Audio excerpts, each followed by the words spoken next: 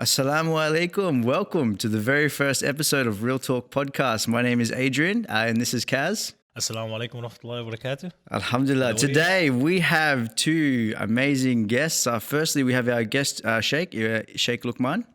Jazakallah, Adrian, for having me. Assalamu alaikum, Kaz. Looking good today? Mate, you're always looking good. MashaAllah. Now, alhamdulillah, for our very, very first episode of Real Talk Podcast, we have a pioneer in the Islamic community in Queensland. Not just the Islamic community, the community in Queensland altogether. This man, when we had first decided that we were going to start a podcast and we had thought about who was the perfect person to bring up on the first episode, and we had come up with Hajji Hussin Goss. Hold on. MashaAllah, Jazakallah khair for inviting me here, alhamdulillah, Alhamdulillah. on the first podcast. We are so thrilled to have you here. I had never met you. I met you about a couple of weeks ago. You haven't met me? I did meet you, but the first time that I met you was actually a couple of weeks ago. And I had heard so many stories about you before that. It was the first time you plucked up the courage to actually come and greet you. Yeah. I think you were starstruck. And then when I'm quite intimidating, yeah. But the thing is, your charisma. Your charisma is your personality. You've got this sense of kindness and likability about you. And as soon as I met you, I was like, oh, wow, I'm really, really excited to get into this guy's life and to actually understand what you have been through, because you are a community leader, not just for the Muslims, but also for the community in Queensland altogether. So that's why I'm personally really, really excited to allow the audience to be able to kind of delve into your life as well, and also to learn a little bit more about Hajji Hussin Goss.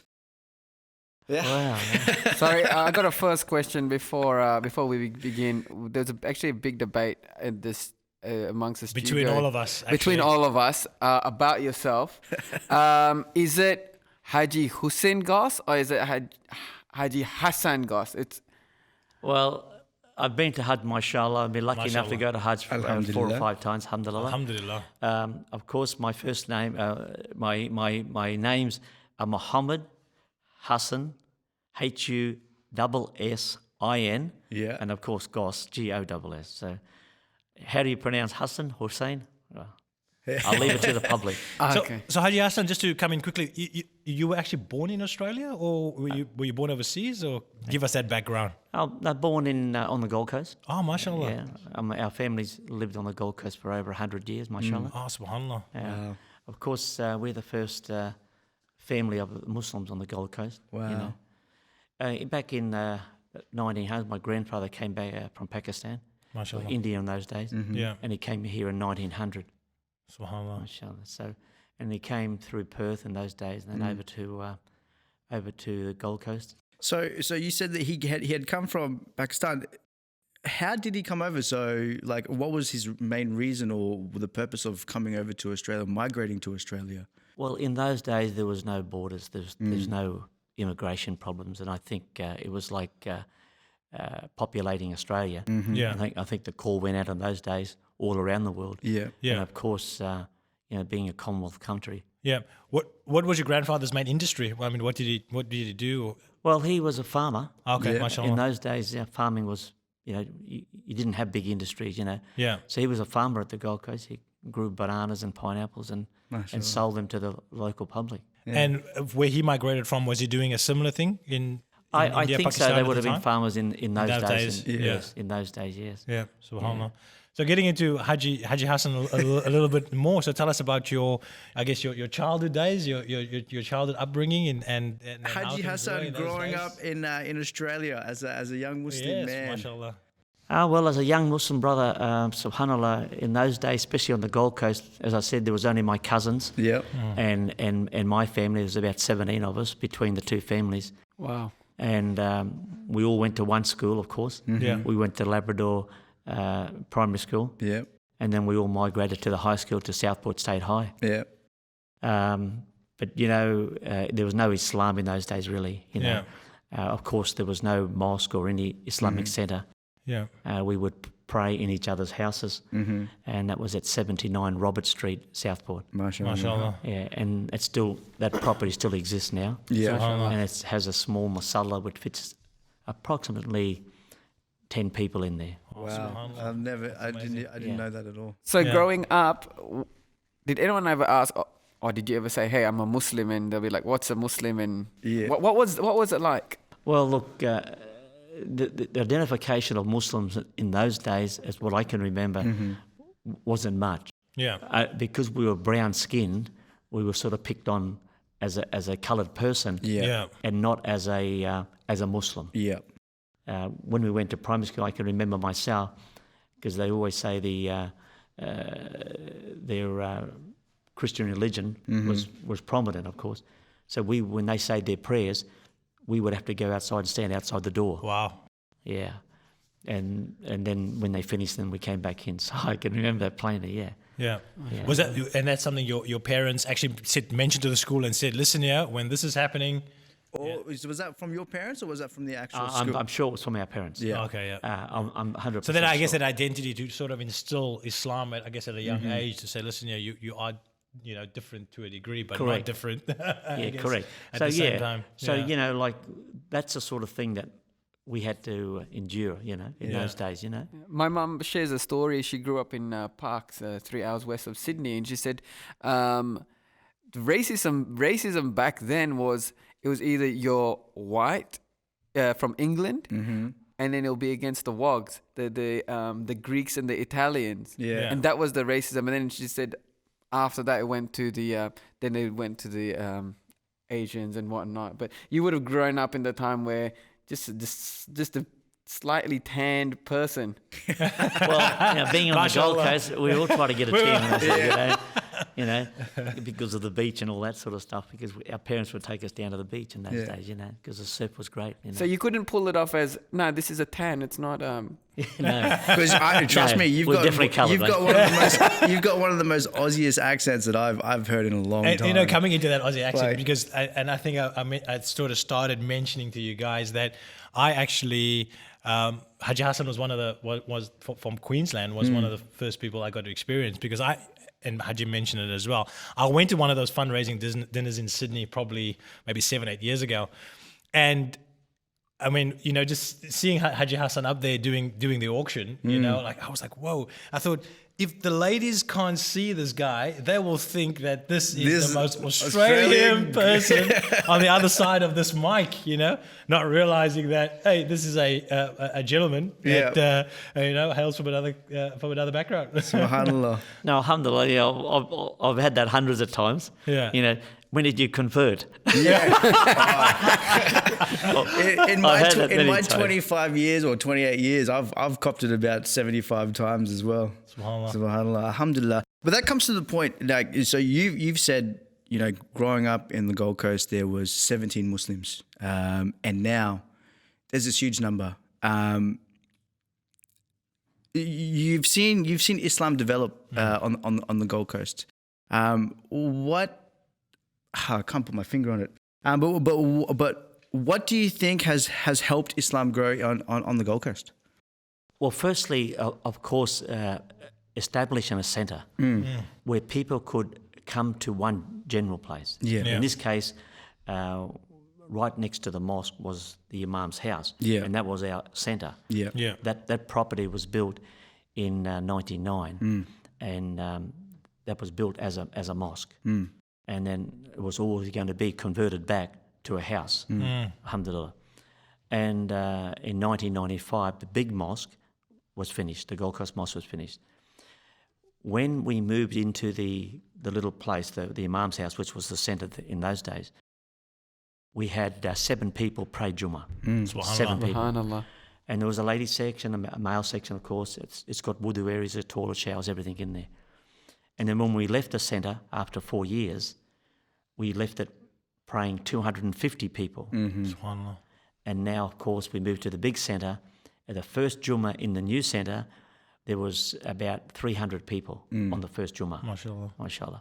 And now, of course, we get around about 800 to 1,000 on a Friday, mashallah. Subhanallah. So, What yeah, I guess a extensive percentage of that would be a lot of tourists just coming through as well. no, that are our down general for the weekend. Jummahs are around about the 800 mark. Subhanallah.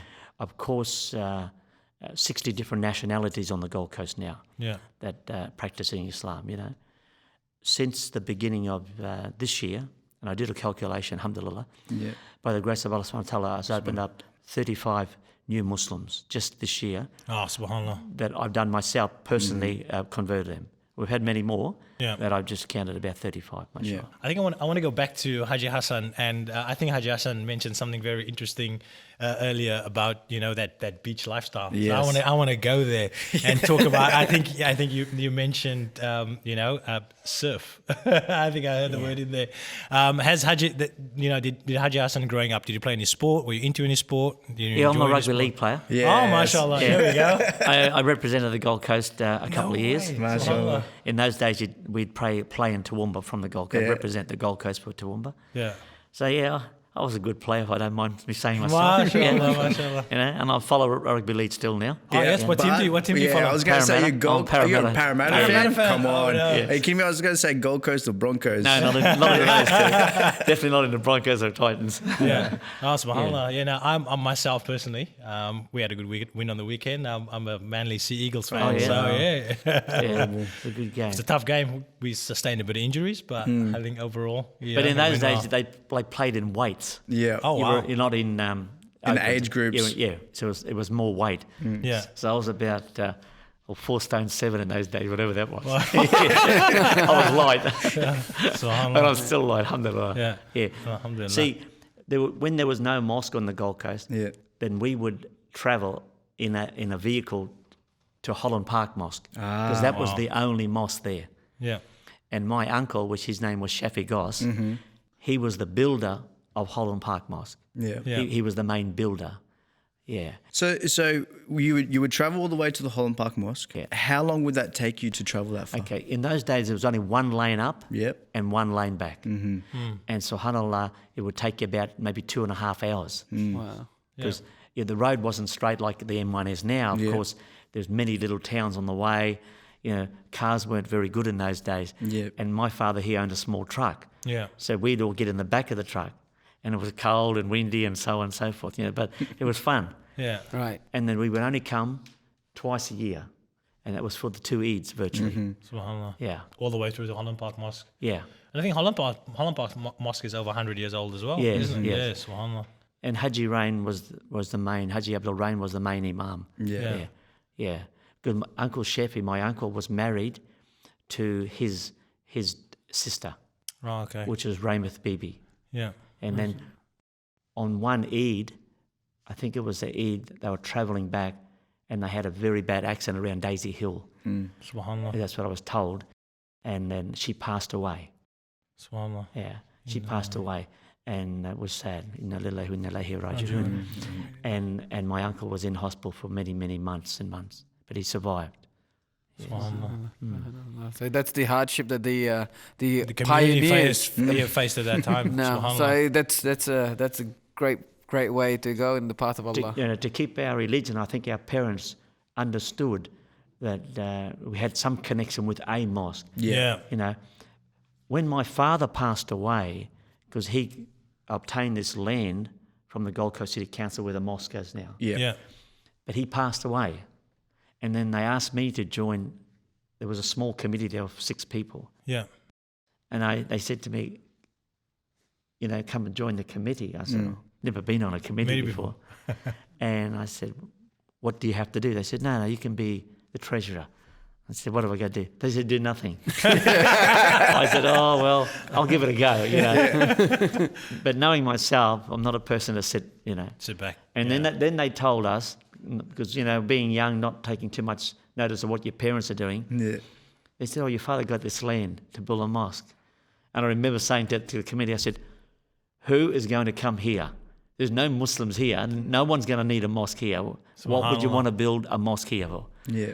Well, the rest is history. Subhanallah. Like if you Allah build subhanahu wa ta'ala says you plan, yeah, but he's a better planner. much better. Subhanallah. And look at this now. We never thought we'd ever see 60 different nationalities on the Gold Coast, over 10,000 Muslims there. Alhamdulillah. Mashallah, But if you build a nice community, like, so when you in that stages where you said, okay, nobody is going to come here, what were the foundations that you built to grow that community? Well, in my head, with all due respect, Yeah. and it's the same old saying in Australia: build it, And they will And they'll come. and they will come. Yeah. And in this case, with all due respects, we built it Mm-hmm. with the right intentions. Yes. Yeah. And alhamdulillah, they came out of the woodwork. Mm-hmm. I remember when we moved to Lismore in 2000, and Lismore at that time took 3.5 hours before Yes. all the roads. So we'd have to wake up super early to go to Gold Coast. So we were there in 2000. I remember at that time I was still a young lad, and the imam was giving money, and we were so excited. We'll go there, get the money, there's food, and then we'll drive home and sleep. But that was our Eid in Lismore. But alhamdulillah, there was Gold Coast, and we were so excited. Like really, I was looking forward to Gold Coast because there's so much different food. Yeah. Now, alhamdulillah, without sort of not bragging and then saying that my hometown's great, but it is a different atmosphere on Eid. Yeah. It's a great atmosphere, especially after the Eid Salat. You can't really, I know up in Brisbane, I used to come to Brisbane for the Eid Salats, but alhamdulillah, there's a great atmosphere on the coast on Eids. Yeah.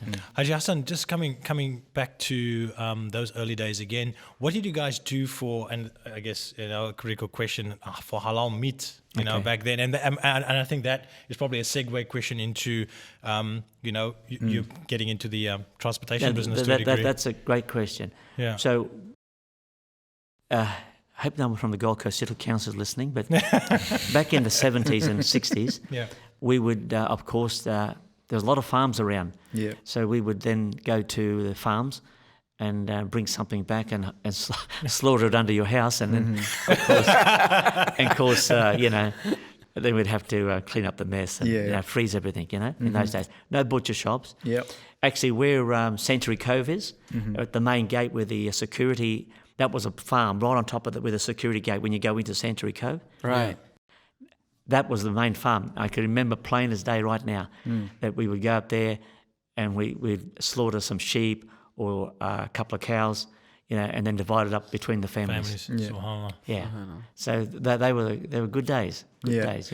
So when you guys were doing, how many families were around at that time when you were? Well, in those days when we were halaling ourselves, it was just out for my cousins and my uncle and our families. So it was just the two families. Yeah. But up till 1975, there was no Muslims there. But after 1975, people started to come. Steady, they started to come out of the woodwork, And where did they come from? Were they Australian-born Muslims? Because there are a lot of Australian-born Muslims today, or were they? And they're multicultural. They're from Bosnia, Yugoslavia. There was, of course, Fijians. There were a bit of everybody. Yeah. And then steady, of course, they started to come. There was maybe one revert or something like that in those days. Very little, But they were all over the show, really. So you're saying there's very few reverts. So would you saying that there was very rarely you see a what you call Westerner Muslim? You wouldn't see a revert. I couldn't remember anyone that reverted back in the 70s or even 75 or even 80s. Yeah. No. Subhanallah. Yeah. Alhamdulillah. But, so there must be like, what do you feel that kind of made people open up to Islam? Well, of course, we don't want to go back to September the 11th, but I mean that's the starting point of Islam. Changing. And I mean that happened in 2001 as well, and the mosque just opened it opened in 2000. Or no, it was 95. Yeah. Okay, so you guys were running for a few years. Yes. Yeah.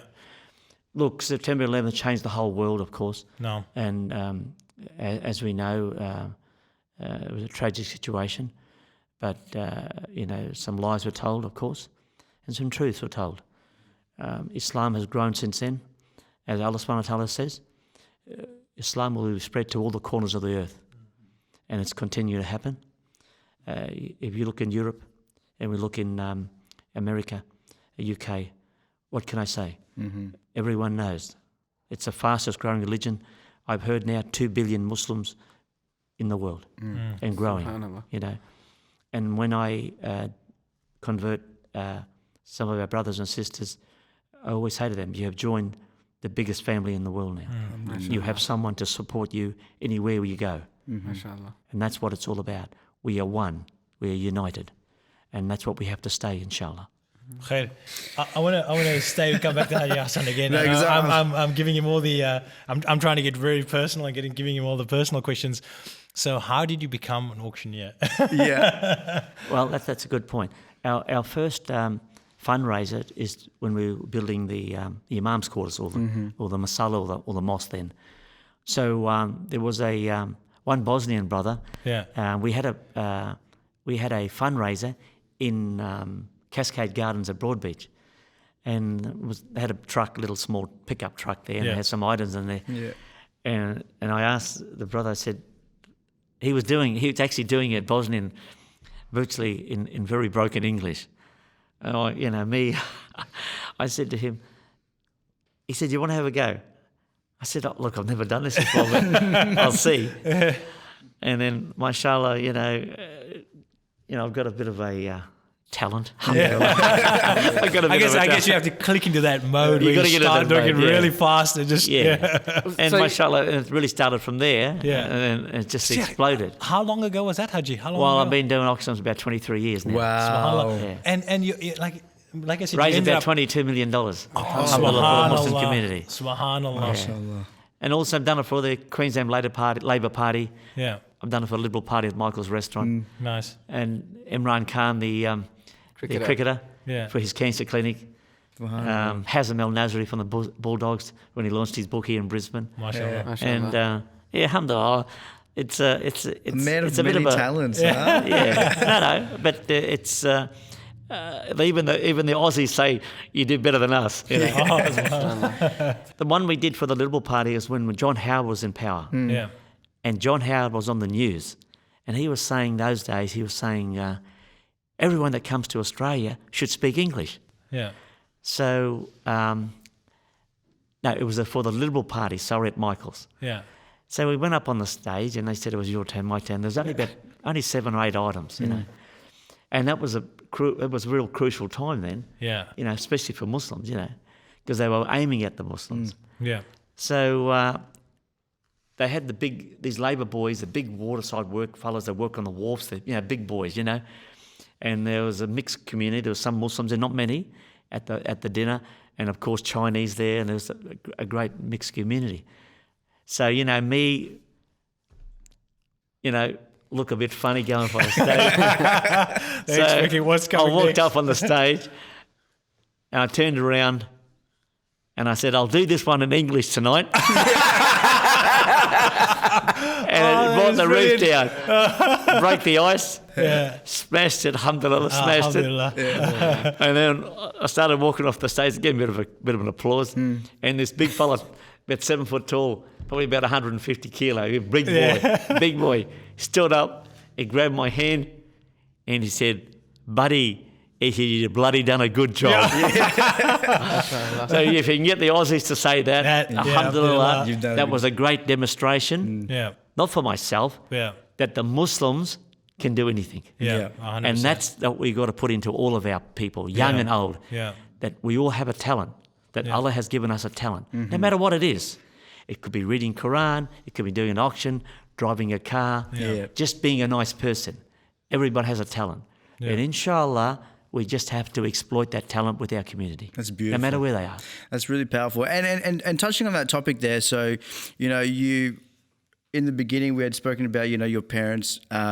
What kind of, growing up as a Muslim in a very non-Muslim society, what characteristics and what foundations do you feel that your parents had really built into you that you continue to pass onto the community That's as a well? great question.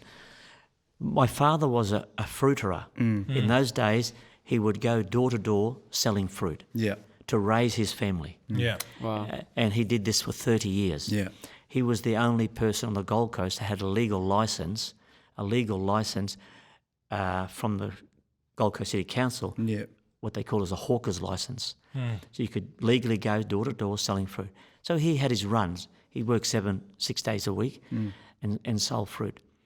Everybody knew that he was Muslim. Yeah. And he gave soft dawah. Yeah. His akhlaq would just His come out. akhlaq, exactly right. His akhlaq was that he could assimilate with the people. Yeah. And then sometimes he would stop and pray, you know, when it was time to pray, and then stay on his run and go to the next customer and so on and so on. Yeah. So he made a living like that. So that, if you want to call it, was a great thing to do in those days, and to have the strength to do that, And the iman. and the iman to do that, Yeah. because it's not easy. No. In those days, it was very tough. But mashallah, people respected him. Yeah. And even people still talk about him after a long, long time. That we knew Mr. Goss. Yeah. We knew Mr. Goss. He was the fruiterer that went door to door. Even some of the councillors have said this. Yeah. You know, so alhamdulillah, you know, it starts with a spark. Yeah. And well, maybe that was the spark. Allah knows better. Yeah. You know, yeah. I want you to read something out. I found this. And this was sent. Would you like to read it, Hajji? No, I think, Bismillah. No, you I'm should not a read good this. reader, so I'll get Luqman to read it. This was sent as a request from Hajji Abdul Rain, from a brother from UK. SubhanAllah. And it just gives you something on how much we didn't have in those days. And it was 20th of September, 1971. MashaAllah. Wow. So this is Subhanallah. way before we were all born. Bismillahirrahmanirrahim. My dear, on a request from Mr. A.R. Rain, I am sending herewith a copy of the Holy Quran in 3 volumes and 5 copies of the elementary teachings of Islam. The letter is a useful guide for practicing Islam. I hope your family will be able to read and understand the Holy Quran, which is the source of salvation for all mankind. One word of advice. For a Muslim, 5 daily prayers are a must. These prayers were given to the Holy Prophet Muhammad, on whom be peace, during his journey to heaven in the Mi'raj, which took place on the night of 26th, 27th of Rajab, i.e. the current month of Islam. Prayers not only help us to keep our bodies clean, but also save us from other evil influences of this world.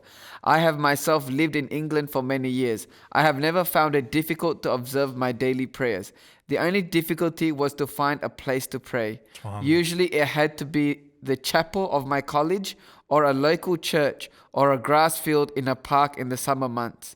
I may add that the midday and the afternoon prayers can be combined if necessary and said in the form of 4 + 4 = 8 rakats at any time before sunset. Similarly, the Maghrib evening prayers can be combined with Isha prayer late night in the form of 3 + 2 + 2, 3 + 4 + 2 + 3 witr = 12 rakats, and these can be said any time before midnight. I wish you and your family the best of health, both physical and spiritual. I shall look forward to hearing from you. Yours sincerely, M. Masood, CSP, Mr.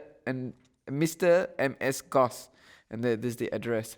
So this was an instruction, something like a synopsis of Salah. What we got to understand, in those days, no emails, Yeah. Yep. no faxes. Subhanallah. Very hard to communicate. Yeah. Yeah. Maybe, as we know, we never had Qurans. Yes. Like the Qurans these days, they're on everybody's table. Yeah. 15 Qurans, we don't read them, Yeah. but they're there. And they're giving them away like lollies. Yeah. In those days, he sent this all the way from, I think, UK. Yeah. Yeah. And I don't know who this person is, but I found this. So maybe one day he'll turn up. But what we got to, if we look at the content of that, it's simple. The Quran and pray your salat. Yeah. Ya Allah. We don't have to be alims, we don't have to be muftis, we don't have to be imams. We look at the basics of our religion. The difference between us and other people is not how we look. It's not how we look. It's not how we dress. It's our salat. Subhanallah. That makes us Muslims. Yeah. Because the salats will take us somewhere. Yeah. No good saying my name is Muhammad, but my name is Hassan or Ahmed. Means nothing to us. We have George now and Bill and Jane And and Adrian. Susan that are Okay. Muslims. Allah subhanahu wa ta'ala said that he will replace us if we don't practice our religion. And it's happening. The people are coming, mashallah. It's important that this content of this letter that we'll put into our own lives. Mine first. Mine first. I love the content of it. The fact that he only has very little to say. Yeah. Those are And he hits two- the point. He Hits the gets point. the point And home. but the thing is, it's not a new message. It's the same message that imams, anyone, you go to the Jummah, there's constant lectures about Quran and Salah. It was relevant in 1971. It's relevant today. It was relevant in the past, and it'll continue to be relevant. And it's for us to take heed of Ameen, the Luqman. wasiyah. Ameen. And mashallah, so like, and also it really shows one thing, like people did not have much knowledge of Islam. So I'm trying, he's going, okay, there's a book about Islam, but I want to just make Islam also a little bit more easy for you. So I'm going to teach you about combining salats. And that's a really beautiful message to send from England to Australia, that Islam is easy. Yeah. Inshallah. So Jazakallah, we'll make sure. And also, at the last part, you can pray your salat anywhere. Yeah. And these days we have no excuse. Yeah. We can't say the boss. We can't say there's no ground, because the whole world, the whole earth, is a masjid. And we can also see so much to take from this letter is he's so comfortably saying that I'll go to the church. I mean, what kind of relationship did the Muslims have with their... with them back then? SubhanAllah. It's beautiful. So that was addressed to your father. Yes. Alhamdulillah. So this man. So how you do you know this man? No, I don't know him. I found this and I photocopied it. Well, we'll put it up on the... we'll put it up so everyone can actually Yes. see this. This Nice. is part of our archive, inshallah. It'd be great. Yes. Definitely. Alhamdulillah. So that's a piece of Piece of Islamic history. That we have, you know, MashaAllah. Jazakallah. It's about nearly 45-year-old, is it? No, this is... 71. no, we're coming close to... 71. 48 years. 48 years. Mathematics skills. 48 years, subhanallah. So that and I, as Imam Luqman was reading that, I saw that touched Hajji Hussin Goss. Yes, because I of course I'm an emotional person. Yeah. In all ways. They laugh after. I was at a nikah yesterday and I was speaking on behalf of the boy's family, Yeah. mashallah, at Broadstown. And because this boy never left Islam, and mashallah, he's only 19 years of age, and alhamdulillah, I spoke some good him. And when I first did the speech, I said to the father of the bride, I said, do you want to hear the good parts or the bad parts? And he was sweating. Yeah. And he said, oh, Hajji, please, just all the good parts. Well, I said, I've got news for everyone here. I said, there's only good about this boy. Only good. Because I've seen him, I cut his hair when he was born, and I haven't seen him grow up. And mashallah, he's only 19, he did his nikah last night, mashallah. Mashallah. So, you know, and I was thinking about this, and someone came to me, he said, we can't really say that to many of our youth. Yeah. It's a shame, sad. If everyone could follow his path, then we'd have a great community, inshallah. So touching on this topic again, so, you know, we've discussed, you know, growing up as a Muslim in Australia back then. What is an issue that being a community man, being involved so heavily in the community, what do you feel is an issue that a lot of youth are facing today? It'd be, you know, you say we you know, there's no excuse for not praying, but what's an issue that a very common issue that you see youth facing today? And another point as well is, I think, I mean, with the current landscape as well within Australia, you know, I mean, I've been traveling in areas as well where it's weird though, because sometimes you feel like, you know, all eyes on you type of thing. You know, people are constantly watching you. You know, you may be a little bit fearful in certain areas to actually, you know, pull the mat out, you know, and actually make salah. Just, you know, potentially thinking about taking your own safety into consideration, and then you sort of just try to push those thoughts to the back of your head and go, no, I'm doing this, and if anyone's going to ask me about it, I'm just going to deal with it when it happens. You know what I mean? And I think it comes back to, I guess, the current climate that we find ourselves in today. And I guess another big thing as well with youth, which is, you know, being paraded in the media at the moment, or being discussed in the media, I should say, extensively, is mental health. That's become a big problem in the community. I don't know if maybe Hajji Hussin can touch on that from your experience. We're speaking on the youth. Our youth, and we're talking about anyone that's under 30. Muslims growing up Okay. as Muslims, yes. You know, as so-called leaders, we have a responsibility. As so-called organisations, we have responsibility. Yeah. Yes, we're losing youth. We're losing youth in aspects that they're not turning away from Islam, but they have the name of Muhammad or Ahmed, and that's it. They're not fully involved in mainstream Islam. Yeah. They I don't want to use the word, they want to be gangsters and be Muslims at the same time. Well, it doesn't wash with us. You know, we in Islam, Prophet Muhammad Sallallahu Alaihi Wasallam wasn't a gangster. You know, he was a nice person. He was a good person. He was a simple person, and that's what Islam is, simple. And what we need is to harness our youth in every area, either be from Cairns to Tweed Heads. We need some, and I'm not going to use the word programs. Forget about programs. We need something that will join us together, unite us together on a cause, that where we can work together to give them a better platform, to unite. You know, we talk about we need good sportsmen, we need great Quran readers, we need great business people. We need to fill all these gaps, you know, and we need good politicians from state to federal to local. We need all those. And they can come from the Muslim youth because they are the people that are going to lead the way for the next 30 years. Now, how do we do this? It's a $64,000 question. Yeah. But we need to achieve it. And we can achieve it.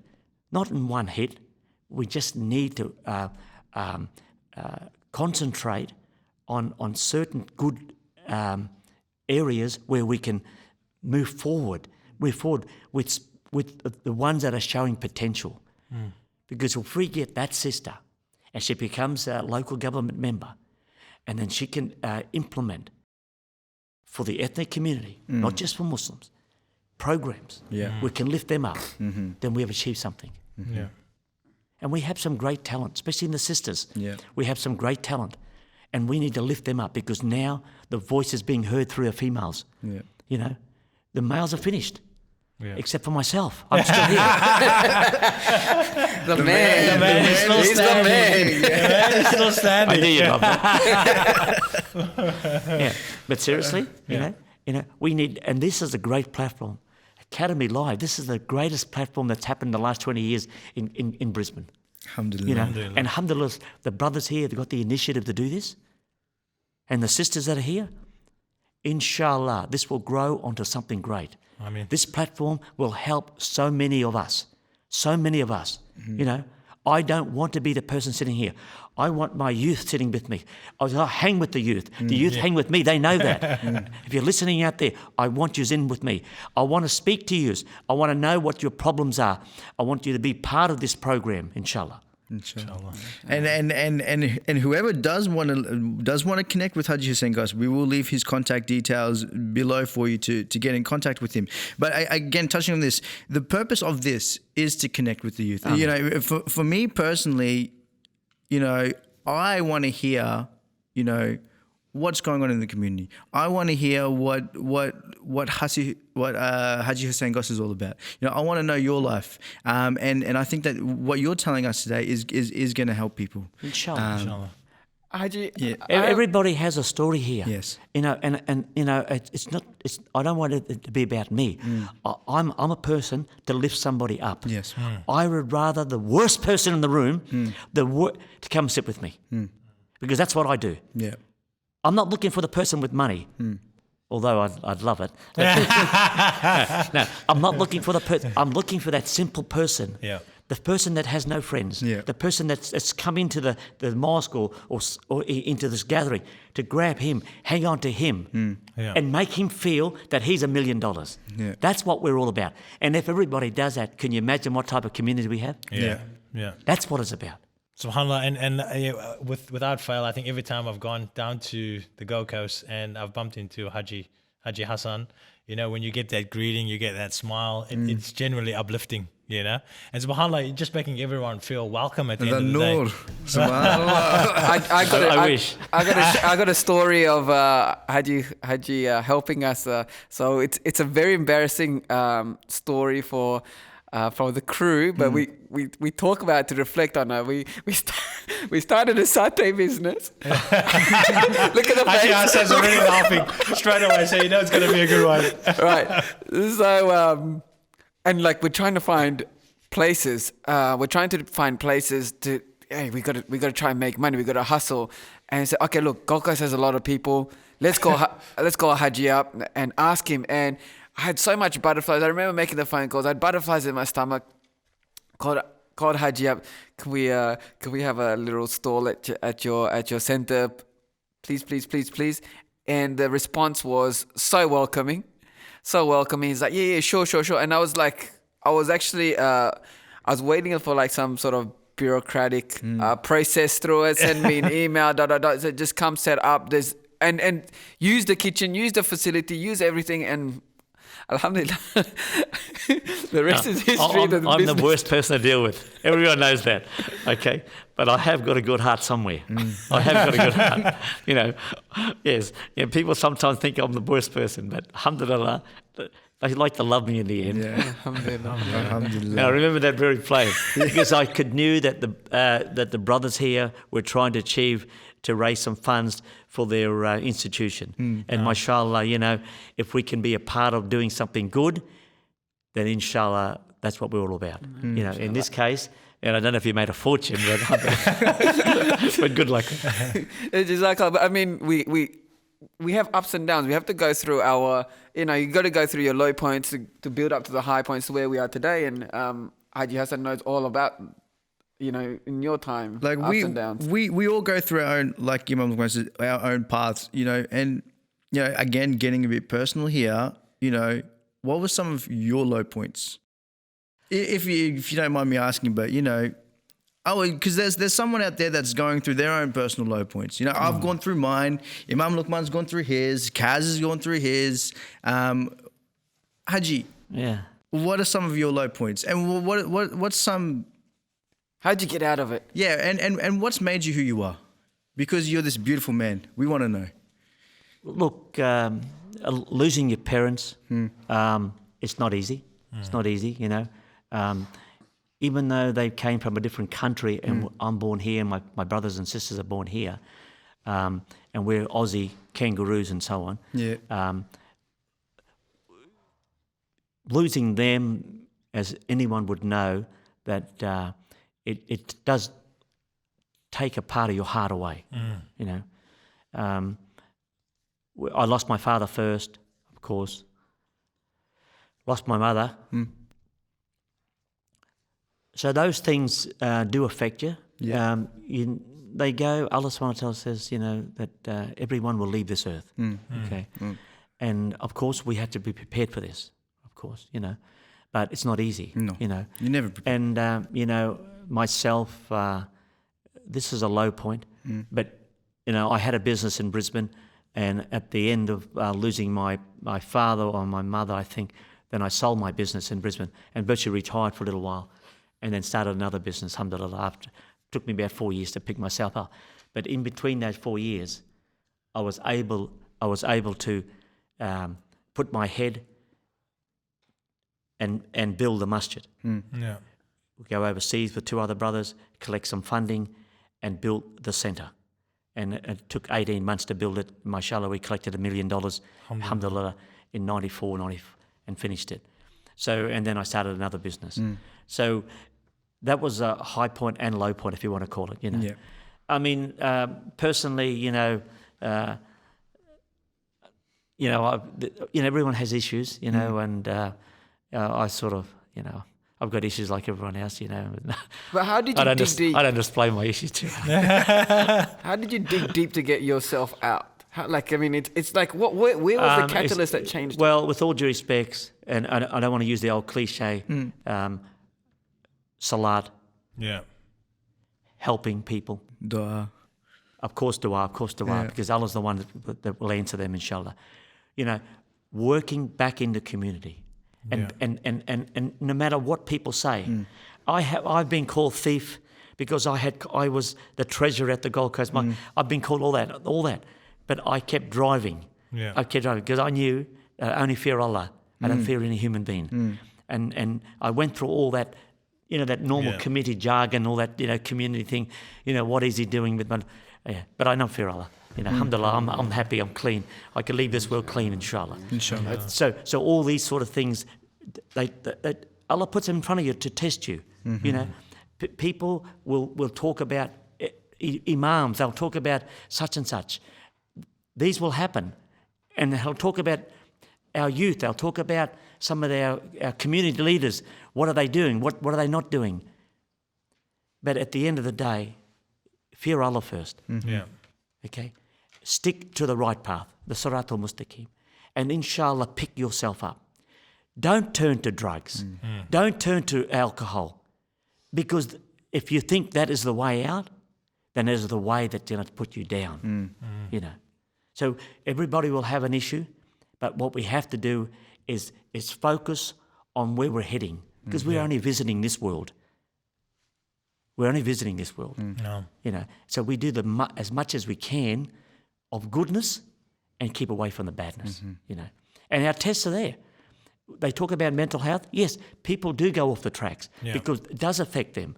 But at the end of the day, try to remember Allah, because Allah will be the one that will bring you back, inshallah. Inshallah. Inshallah. Jazakallah. Inshallah, it's a great inspiration. And, that's why we need to be close with our elders. We need to...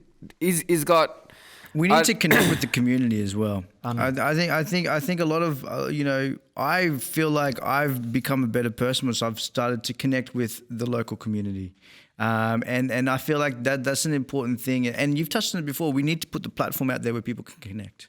And inshallah, I think with this podcast, and that's something that we're trying to achieve as well, to a degree, is sort of get these stories out there, because there are some really amazing stories that need to be told, and not sort of just sit on the shelf, for no one to see. This podcast, I think, inshallah, will open many doors for us. Inshallah. It will unite our community. Yes, we will have differences. And I will not agree with anybody on this table. But at the end of the day, we are talking about it. We have an outlet. The initiative here today, inshallah, the initiative here starting today, will be the initiative that will carry on for many, many years, inshallah. Amen. Because why? We have to go modern. We have to go modern. We have to go technology. And if we can gather the cream of the youth, the cream of the community, and have a debate, then inshallah we achieve something.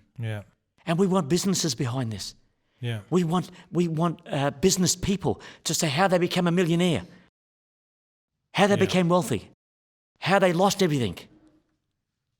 There's not just ups, there's downs too. You get me? Yeah, 100%.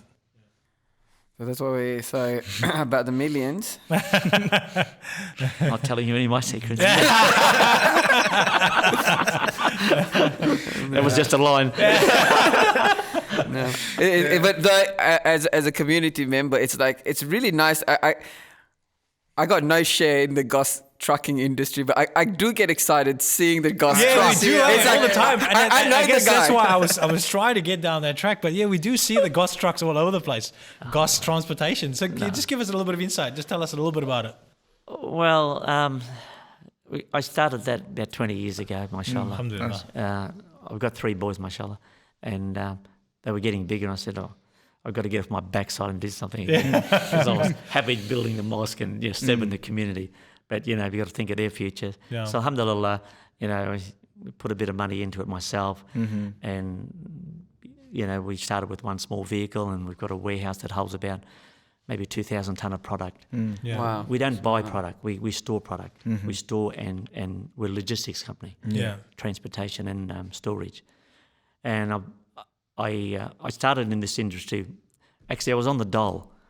Yes, that's I a was good start. pretty proud. Getting some, Okay, like, that's a great inspiration for a lot of Yeah, us. exactly right. Yeah, we're getting I was on the dole, Your story. and my wife told me, she said, you better get off your backside and go get a job because they're having a first baby, Oh, wow. So in those days, you apply out of the Courier Mail because I was living in Brisbane at Tingalpa. Yeah. So what happened, I applied for the job, and it was all over the way to Rocklea. So it was a fair distance, but I had to go for the interview. And they turned up there and they said, they interviewed me, and then they rang me the next day and they said, you didn't get the job. I said, no drama, it's all good, it's all good. Because the person that got there before me got the job. Yeah. So anyway, the next day after that, they rang me again, they said, he didn't turn up. So I got it on rebound. Yeah. So I said, all right, I better go. So it was a cold storage company. Yeah. And then, mashallah, I started driving a small truck, delivering ice cream, Paul's ice cream in those days. Oh, It was great because we could eat as much as we could. And we steal a bit every now and then. Samples, only samples. Samples. Make sure it's fresh. Make sure it's fresh. So, alhamdulillah, I just Practicing. sort of, I put my best foot forward, of course.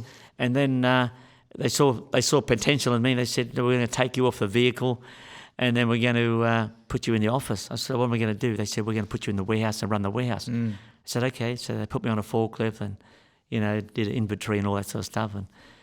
And then from there they said, they liked that, and they put me in the office. They were stupid because I learned everything. Oh, subhanallah. I learned everything. So I spent 8 years with them. And alhamdulillah, after that, one of the brothers, one of the boys that were working with me, said, hey, listen, why don't we go start our own business? I said, what do you want to do? I said, they gave me a car. They gave me good wages. I was getting about $800 a week. I was happy, and they paid for my phone. So I said, what more do you want? They said, you mental? I said, you can make twice as much as that. So he kept pushing me. So he said, all right, okay. I said, well, you leave. I'll stay here for a little while. Thinking, we're gonna get some customers, Yeah. Even though I knew a lot of customers, I did a lot of marketing for them too. So then we rented a small warehouse and bought one vehicle. Yeah. And then, mashallah, we end up building our own warehouse for about Alhamdulillah. 1.2 million at Rocklea. Alhamdulillah. And then we end up with about 25 trucks in Brisbane. Mashallah. And then when my parents passed away, I sold it. Yeah. I was going for about 8 years, and I sold it. And then And that I company retired. was called Back on Goss the dole? No, that Transportation? was It called Freezer Freight Services. Freezer Freight Services. Yeah. Wow. And I sold that, and then I retired for a little while, and then, mashallah, then I started Goss Brothers. MashaAllah. Because then I started it because I had a 5-year break, Yeah. Yeah. and it's not easy to get back in the industry again. No. Yeah. And so I had to use my name. That's the only reason I put the name on there, Yeah. So I used my own name, and then alhamdulillah, people got to know me again, and then mashallah. Was it Goss Brothers because of the boys that you had, or was it Goss Brothers because your No, brothers were involved as well? I gave my two brothers a small percentage in the MashaAllah. business Alhamdulillah. to help them, Yeah. I said, take a gamble with me and see what happens, inshallah. Yeah. So they said, okay. And they didn't do nothing, they just put a little bit of money in. And then, mashallah, the rest is history, really. Yeah. Alhamdulillah. So it's been good, but business is up and down. It's not easy. Yes, that's exactly right. But, Yeah. but alhamdulillah, steady, we're still surviving up to 20 years, Oh, alhamdulillah. maybe 22 years. Yeah. I know our organisation from back almost 10 years ago now, we benefited from the Goss Refrigerator because they used to give us free chicken nuggets. And it was very hard to find chicken nuggets in Brisbane. So we used it for selling and fundraising. So jazakallah for that. No, alhamdulillah. We've tried to do what we can for the community over the years. Yeah. Alhamdulillah. And that's what it's about. It's about not our business, it's about many businesses. They have the capacity. Because Allah subhanahu wa ta'ala has given them the business. They've given them great businesses. Big or small, doesn't matter if you've got a coffee shop or you have a car park or you're in building. Yeah.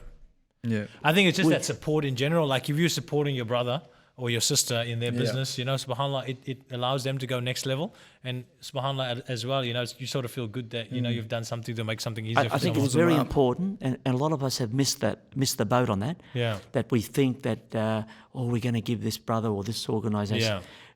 you will never lose anything. Yeah.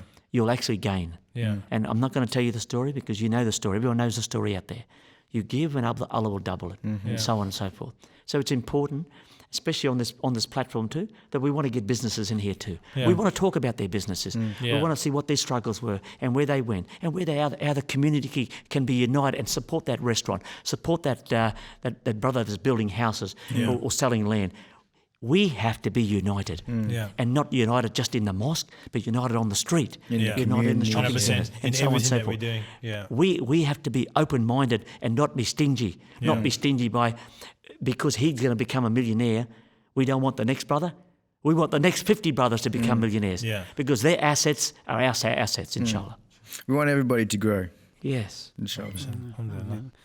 Inshallah, so that's where we're striving. Inshallah, one day we will be millionaires here. It'll be the millionaires table. Inshallah. I just love to. I would really love to know. Like, so Hajji, what drives you?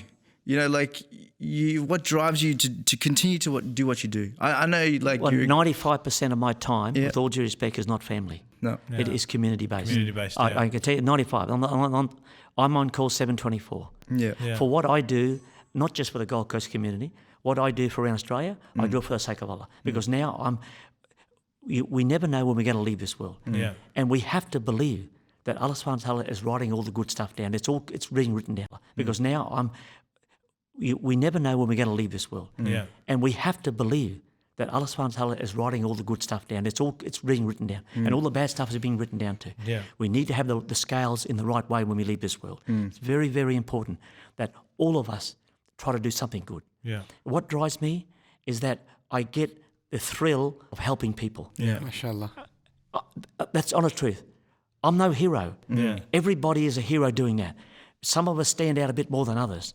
Yes, I've been doing it for a long time, but I want to continue to do as much as I can. Yeah. Because at the end of the day, someone needs our support. Somebody needs our. We can't just leave it to the ulama. Yeah. We can't just leave it to the big muftis. They are there. They're for us. They're for us to make the big decisions. Yeah. They're for us to make the big. But at the end of the day, we as leaders, we as educated people, we as business people, we as teachers, As individuals, male and female yeah. individuals, everybody can do something. Yeah. Just like how we spoke about your father, the little bit of akhlaq in every single action that we do, it builds up. Yeah. The akhlaq of our Prophet Muhammad, peace and blessings be upon him, was the one that spread Islam. Yeah. He didn't spread it with money. Yeah. He spread it with his akhlaq. Yeah. You know, so I don't say I've got the best akhlaq, but we can strive to be better. Better. Yeah. We can strive to be better. It's very important, you know. And I know that inshallah, that if we are united as a community, the other church organisations are, Yeah. and they're doing it. And I'm not going to mention who they are, but you know who they are, Yeah. and we can do the same. And we are getting there, Yeah. but we have a long way to go. Khair, inshallah.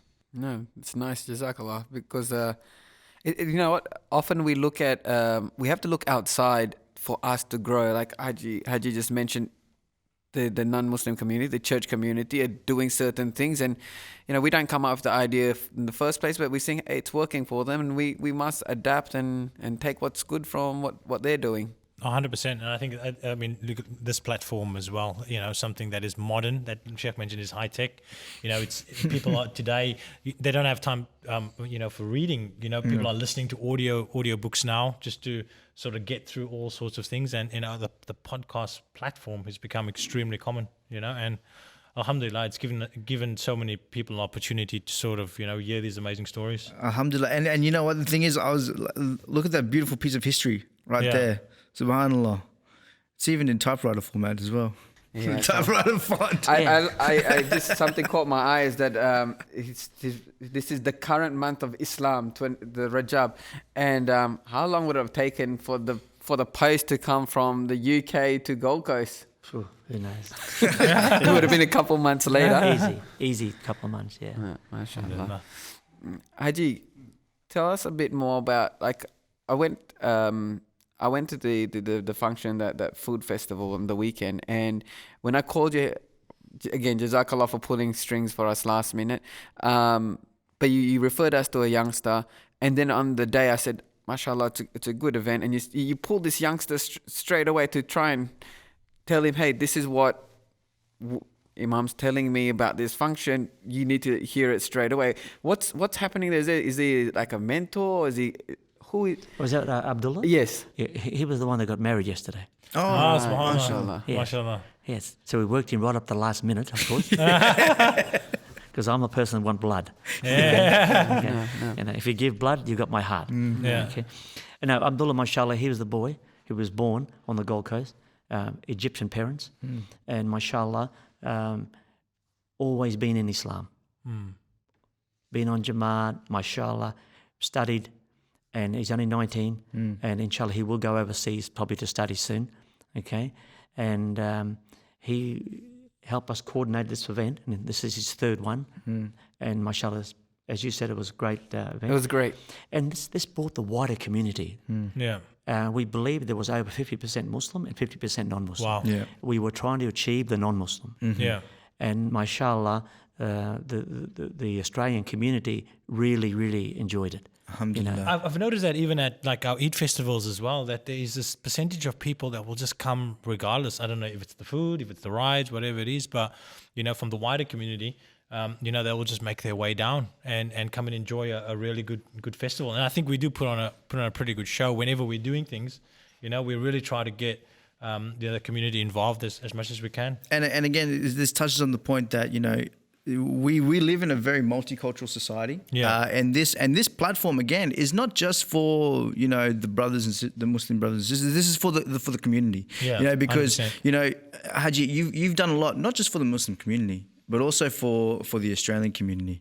So all I want to say is Jazakallah khair for coming on. It's been a wonderful experience, to be able to spend some time with you, and to also to get to know you a little bit better.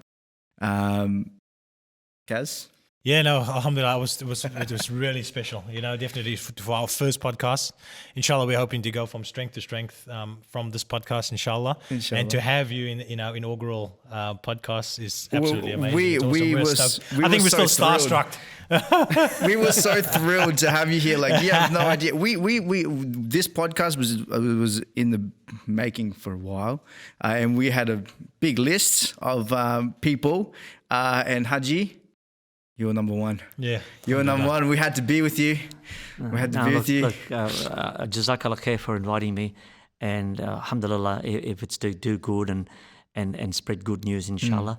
Then I think we should all be a part of it, Ameen. And, I think Academy Live, being the first podcast, inshallah, and many more over the years to come, inshallah. Inshallah.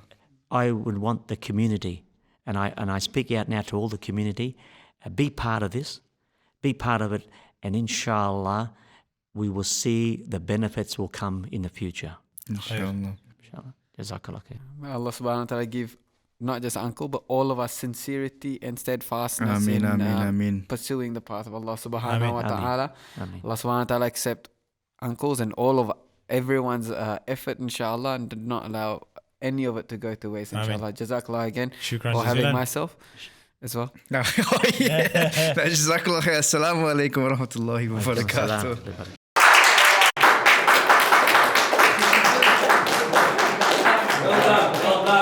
Well done, team. Well done. It was amazing.